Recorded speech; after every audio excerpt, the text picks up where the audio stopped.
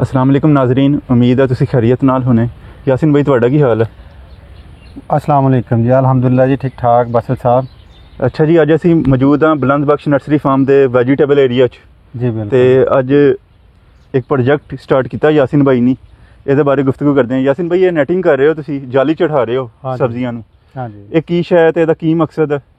ये जी नेट अच्छा जी, 220 फुट की लंबाई होंदी है। 220 फुट लंबाई का नेट है। 8 फुट जड़ा ना जी जी जी, ਇਹਦੀ ਚੌੜਾਈ ਹੁੰਦੀ है। 8 फुट चौड़ाई है। हाँ जी। ठीक है, ਤੇ ਇਸੇ ਤਰੀਕੇ ਨਾਲ ਦੇਖੋ ਇਹ ਲੱਗਿਆ ਹੋਇਆ ਹੈ। ये दिखाओ जी, ये नेट लगाया गया सब्जी ਇਹ ਬੇਲਾਂ ਚੜੀਆਂ ਨੇ, ਬਾਬਾ ਜੀ ਬੇਲ ਚੜਾ ਰਹੇ ਉਹ ਨੇ ਦਿਖਾਓ ਜੀ, net ਉਹ ਦੇ ਉੱਪਰ। ਬੇਲਾਂ ਚੜਾ ਰਹੇ ਨੈਟ ਦੇ ਉੱਤੇ। ਅੱਛਾ ਜੀ, ਅਸਲ 'ਚ ਡਿਲੇ ਹੋ ਗਿਆ ਕਿਉਂਕਿ ਬਾਰਿਸ਼ਾਂ ਦਾ ਮੌਸਮ ਸੀ ਅੱਛਾ ਜੀ, ਤੇ ਥੋੜਾ ਲੇਟ ਹੋ ਗਿਆ ਹੈ। ਠੀਕ ਹੈ ਜੀ, ਤੇ ਬਾਕੀ ਜੀ ਇਹਨੂੰ ਖੋਲਣ ਦਾ ਥੋੜਾ ਜਿਹੜਾ ਹੈ ਨਾ ਇਹਦਾ ਉਹ ਹੁੰਦਾ ਹੈ ਜੀ ਜੀ, ਕਿ ਇਹਨੂੰ ਖੋਲਣ ਲੱਗਿਆ ਬਿਲਕੁਲ ਇਸ ਤਰ੍ਹਾਂ ਸਿੱਧਿਆਂ ਕਰ ਲੈਣਾ ਵਾ। ਠੀਕ ਹੈ। ਇਹ ਜਿੱਥੇ ਗੰਢ ਉਹਨਾਂ ਨੇ ਦਿੱਤੀ ਹੈ ਨਾ ਜੀ।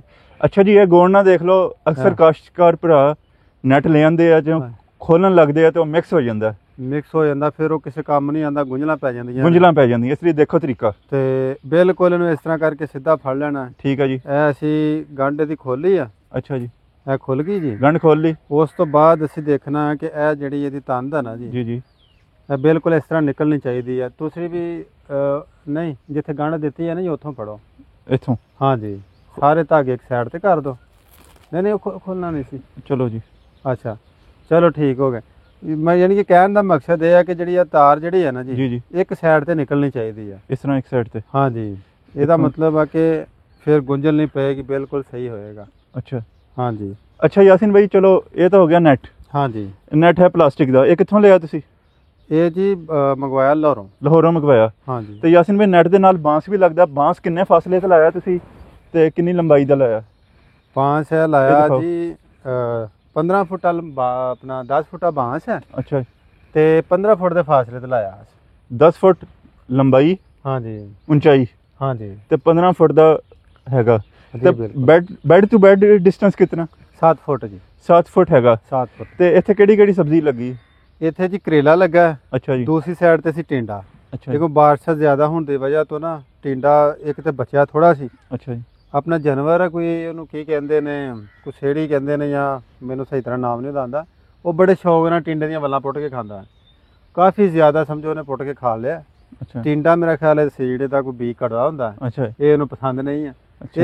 ਇਹ ਮਾਸ਼ਾਅੱਲਾ ਬਚਿਆ। ਚਲੋ ਉਹ ਤਾਂ ਹੋ ਗਿਆ, ਹਾਂਜੀ ਲੇਕਿਨ ਅਸੀਂ ਜਿਹੜੀ ਇੰਨੀ ਮਿਹਨਤ ਕਰ ਰਹੇ ਹਾਂ ਇਹਦਾ ਕੀ ਫਾਇਦਾ? ਕਿਉਂ ਵੱਲਾਂ ਉੱਤੇ ਚੜਾ ਰਹੇ? ਉੱਦਾਂ ਵੀ ਤਾਂ ਸਬਜ਼ੀ ਹੋ ਜਾਂਦੀ ਹੈ ਥੱਲੇ। ਬਿਲਕੁਲ ਬਿਲਕੁਲ।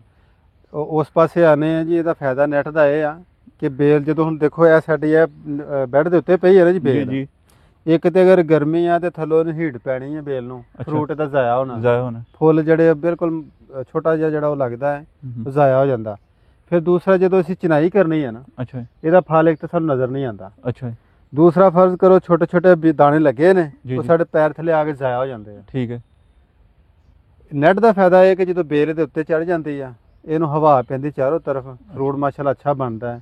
ਔਰ ਫਿਰ ਜਿਹੜਾ ਫਰੂਟ ਤੋੜਨ ਵਾਲਾ ਹੁੰਦਾ ਨਾ, ਉਹ ਬਿਲਕੁਲ ਵਾਜ਼ੇ ਨਜ਼ਰ ਆ ਜਾਂਦਾ ਹੈ। ਅੱਛਾ ਜੀ, ਇਹ ਫਾਇਦੇ ਨੇ ਨੈਟ ਦੇ। ਤੇ यासिन भाई, ਇਹ ਵਜ਼ਨ ਉਠਾ ਲੇਗਾ ਸਬਜ਼ੀ ਦਾ? ਹਾਂ ਜੀ। ਅੱਛਾ। ਕਰੇਲੇ ਦੀ ਬੇਲ ਜਿਹੜੀ ਹੈ ਨਾ, ਉਹ ਐਸੀ ਲਾਈ ਹੈ ਤਾਰ, ਇਹ ਉੱਤੇ ਪਲਾਸਟਿਕ ਦੀ ਰੱਸੀ ਹੈ। ਅੱਛਾ, ਇਹ ਹੈ ਬਾਕੀ ਕਾਫੀ ਮਜ਼ਬੂਤ ਹੈ। ਹੈਵੀ ਵਜ਼ਨ ਵਾਸਤੇ ਜਿਹੜਾ ਨਾ ਉਹ ਪਲਾਸਟਿਕ ਦੀ ਵਾਇਰ ਹੁੰਦੀ ਹੈ ਇੱਕ, ਅੱਛਾ ਜੀ, ਉਹ ਰੋਲ ਕੋਈ 6 ਤੋਂ 7 ਹਜ਼ਾਰ ਰੁਪਏ ਦਾ ਆਉਂਦਾ ਹੈ। ਅੱਛਾ ਜੀ, ਬੈਸਟ ਉਹ ਆ ਜਿਹਨੇ ਕੱਦੂ ਉੱਤੇ ਚੜਾਉਣਾ ਹੈ ਜਾਂ ਤੋਰੀ ਚੜਾਉਣੀ ਹੈ। ਇਹ ਕਰੇਲਾ ਜਿਹੜਾ ਹੈ ਨਾ ਜੀ, ਇਹ ਇਹਨੂੰ ਬਰਦਾਸ਼ਤ ਕਰ ਜਾਂਦਾ। ਇਹਦੀ ਬੇਲ ਦਾ ਥੋੜਾ ਵਜ਼ਨ ਘੱਟ ਹੁੰਦਾ ਹੈ। ਅੱਛਾ। ਕੱਦੂ, ਬੇਲ ਤੋਰੀ ਜਾਂ ਕੋਈ ਵੀ ਹੋਰ ਚੀਜ਼ ਜਿਹੜੀ ਨਾ ਉਹਦਾ ਵਜ਼ਨ ਜ਼ਿਆਦਾ, ਉਹ ਅਗਰ ਕਿਸੇ ਨੇ ਚੜਾਉਣੀ ਹੈ ਤੇ ਉਹ ਪਲਾਸਟਿਕ ਦੀ ਡੋਰੀ ਇਸਤੇਮਾਲ ਕਰੇ। ਡੋਰੀ ਅੱਛਾ ਇਸਤੇਮਾਲ यासिन भाई, ਇਹ ਜਿਹੜੀ ਅਸੀਂ ਨੈਟ ਕਰ ਰਹੇ ਹਾਂ, ਨੈਟਿੰਗ ਕਰ ਰਹੇ ਹਾਂ, ਹਾਂਜੀ ਇਹਦੇ ਨਾਲ ਜਿਹੜੀ ਪੈਦਾਵਾਰ ਹੈ ਉਹਦੇ ਵਿੱਚ ਵੀ ਇਜ਼ਾਫਾ ਹੋਏਗਾ? ਬਿਲਕੁਲ ਜੀ, ਮਾਸ਼ਾਅੱਲਾ ਜੀ ਡਬਲ ਹੋ ਜਾਂਦਾ ਹੈ। ਅੱਛਾ। ਹਾਂਜੀ, ਫਰਜ਼ ਕਰੋ ਕਿ ਅਗਰ ਤੁਸੀਂ ਇੱਕ ਬੈੱਡ ਤੋਂ ਜਿਹੜੀ ਬੈੱਡ ਦੇ ਉੱਤੇ ਵਿਛੀ ਆ ਨਾ, ਹਾਂਜੀ, ਕੋਈ 5 ਕਿਲੋ ਤੁਹਾਨੂੰ ਸਬਜ਼ੀ ਮਿਲੀ ਆ, ਅੱਛਾ, ਅਗਰ ਉਹੋ ਹੀ ਤੁਸੀਂ ਨੈਟ ਲਗਾਇਆ ਹੋਇਆ ਉੱਤੇ ਉਹਨੂੰ ਰੇਜ਼ ਕਰ ਦਿੱਤਾ, ਹਾਂਜੀ, ਸਮਝੋ 10 ਕਿਲੋ ਤੁਹਾਨੂੰ ਮਿਲੇਗੀ। 10 ਕਿਲੋ ਮਿਲੇਗੀ। ਅੱਧੋ ਅੱਧੀ ਦਾ ਫਰਕ ਹੈ ਇਹਦਾ। ਤੇ ਦੂਸਰਾ ਇਹ ਅੱਜ ਕੱਲ੍ਹ ਮੌਨਸੂਨ ਆ, ਤਾਂ ਹਾਂਜੀ, ਅਕਸਰ ਫਲੱਡਿੰਗ ਹੋ ਜਾਂਦੀ ਹੈ, ਫਲੱਡਿੰਗ ਹੋ ਜਾਂਦੀ। ਤੇ ਜਿਹੜੀ ਸਬਜ਼ੀ ਥੱਲੇ ਆ ਉਹਨੂੰ ਅਫੈਕਟ ਹੋਣ ਦੇ ਜ਼ਿਆਦਾ ਚਾਂਸ ਹੈ, ਹਾਂਜੀ ਬਿਲਕੁਲ, ਫੰਗਸ ਤੋਂ ਜਾਂ ਦੂਸਰੀ ਸ਼ਾਮਾਂ ਤੋਂ ਗਲ ਜਾਂਦੇ, ਸਬਜ਼ੀ ਗਲ ਜਾਂਦੀ। ਅਲਬੱਤਾ ਜਿਹੜੀ ਉੱਤੇ ਹੋਏਗੀ ਨੈਟ ਦੇ ਉੱਤੇ, ਉਹ ਬਚੀ ਰਹੇਗੀ। ਬਚੀ ਰਹੇਗੀ ਬਿਲकुल। ਠੀਕ ਹੈ। ਤੇ यासिन भाई, ਇਹਦਾ 1 ਏਕੜ ਦਾ ਕਿੰਨਾ ਖਰਚਾ ਆ ਜਾਂਦਾ? 1 ਏਕੜ ਦਾ ਦੇਖੋ ਜੀ, ਇਹ ਇੱਕ ਨੈਟ ਜਿਹੜਾ ਨਾ ਜੀ ਜੀ, 320 350 400 ਯਾਨੀ ਕਿ ਜਿੱਥੇ ਕਿਸੇ ਦਾ ਉਹ ਮਾਰਕੀਟਿੰਗ ਹੈ ਨਾ, ਅਗਰ ਮਾਰਕੀਟ ਅੱਛੀ ਜਗ੍ਹਾ ਤੇ ਉਹਦਾ ਅੱਛਾ ਰੇਟ ਆ, ਅਗਰ ਛੋਟੇ ਸ਼ਹਿਰ ਚ ਥੋੜਾ ਘੱਟ ਮੁਨਾਸਿਬ ਰੇਟ ਆ। ਇਹ ਪਰ ਫੁੱਟ ਬਤਾ ਰਹੇ ਹੋ ਜਾਂ ਇੱਕ? ਇੱਕ ਪੂਰੀ ਲੈਂਥ ਜਿਹੜੀ है ना जी, अच्छा, एकड़ दी पूरे किले दी एक length। बंडल, समझो 300 रुपए का एक है बंडल है, ठीक है। बंडल है। तो हमने इसमें कितने लगाने हैं 30। 30 लाने हैं, हाँ जी 30 लाने हैं। ठीक है। ਅਸੀਂ ਫਿਰ ਉਰਦੂ ਵਾਲੇ ਪਾਸੇ ਚੱਲ ਜਾਂਦੇ ਆ ਤੇ ਉਰਦੂ ਲੋਕ ਪਸੰਦ ਨਹੀਂ ਕਰਦੇ। हाँ जी, हाँ जी। ਤੇ 30 ਲੱਗਣੇ ਆ ਜੀ। 30 ਨਾ ਹੁਣ ਤੁਸੀਂ ਜ਼ਰਬ ਦੇ ਲਓ 300 ਨੂੰ।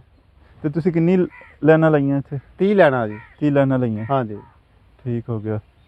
ਤੇ ਅੱਜ ਦੀ ਵੀਡੀਓ ਸਾਡੀ ਸਿਰਫ ਨੈਟਿੰਗ ਦੇ ਮੁਤਲਕ ਸੀ। ਹਾਂ ਜੀ, ਕਿਸੇ ਕਾਸ਼ਤਕਾਰ ਭਰਾ ਦਾ ਨੈਟਿੰਗ ਦੇ ਮੁਤਲਕ ਕੋਈ ਵੀ ਸਵਾਲ ਹੋਵੇ ਉਹ ਕਮੈਂਟਸ ਤੇ ਸਾਨੂੰ ਪੁੱਛ ਸਕਦਾ, ਯਾਸਿਨ ਭਾਈ ਉਹਨੂੰ ਰਿਪਲਾਈ ਕਰਨਗੇ।